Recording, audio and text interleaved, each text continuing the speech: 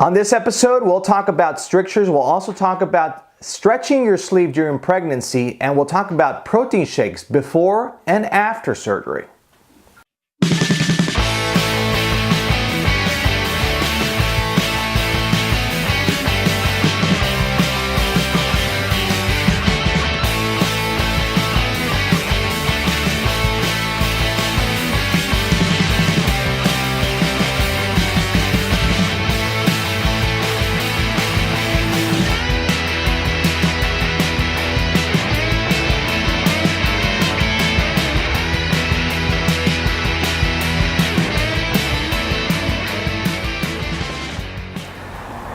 Hello everyone, I'm Dr. Alvarez with Endobariatric.com and welcome to episode 104 of the AskDrA show. Thanks so much for submitting this week's questions, really good ones by the way, and I want you to send us your questions using the hashtag AskDrA throughout social media or through my Snapchat account. Let's go into the show.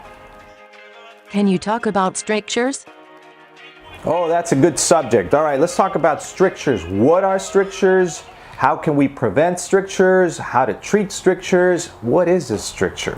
All right, so a stricture is a narrowing. That is a known complication of the sleeve.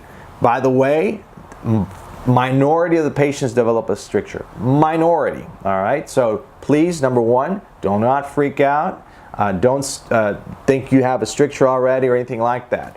Minority of the patients develop the strictures, but I just want to explain a little bit of what they are. So a stricture, let me bring out a little stomach here. By the way, I want to thank the Brazilian Society of Metabolic and Bariatric Surgery for the gift. Thanks so much. Like the look at this. We just sleeved it, so it's pretty cool. All right, so you got the sleeve. And what a stricture is equals narrowing, all right? So it's actually, you got the entrance of the stomach, the exit, and what it is, it's a narrowing of the sleeve.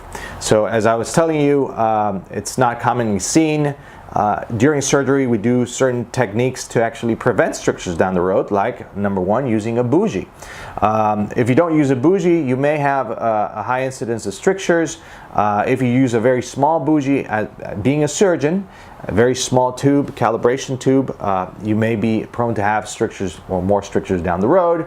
But there are a lot of factors that go into play that may cause strictures also, like increased production of acid. There are some stomachs out there that produce a lot of acid right after surgery. There's like a rebound of acid production that, of course, flares the stomach out, and when it heals, it produces that narrowing, that stricture that I'm telling you about.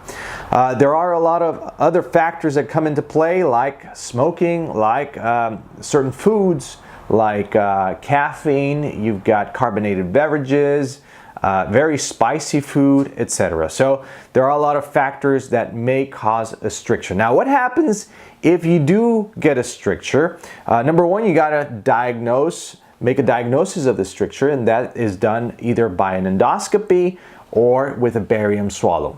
You drink that little nasty cup of stuff, and you see it go through your stomach, and that way you can see like a hourglass shaped stomach right there. There are several ways to treat it. Well, vast majority of the cases is you get a balloon. That means by endoscopy, you come down to the stricture, you put a balloon there, you open it up, and it gets opened.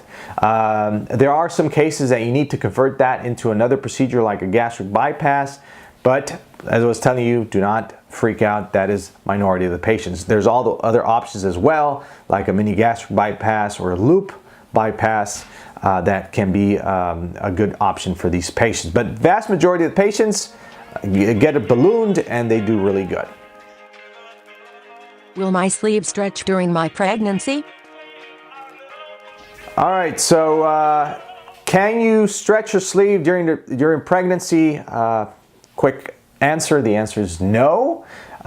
You may have more hunger because your body is asking for more calorie intake because, of course, you are developing a newborn.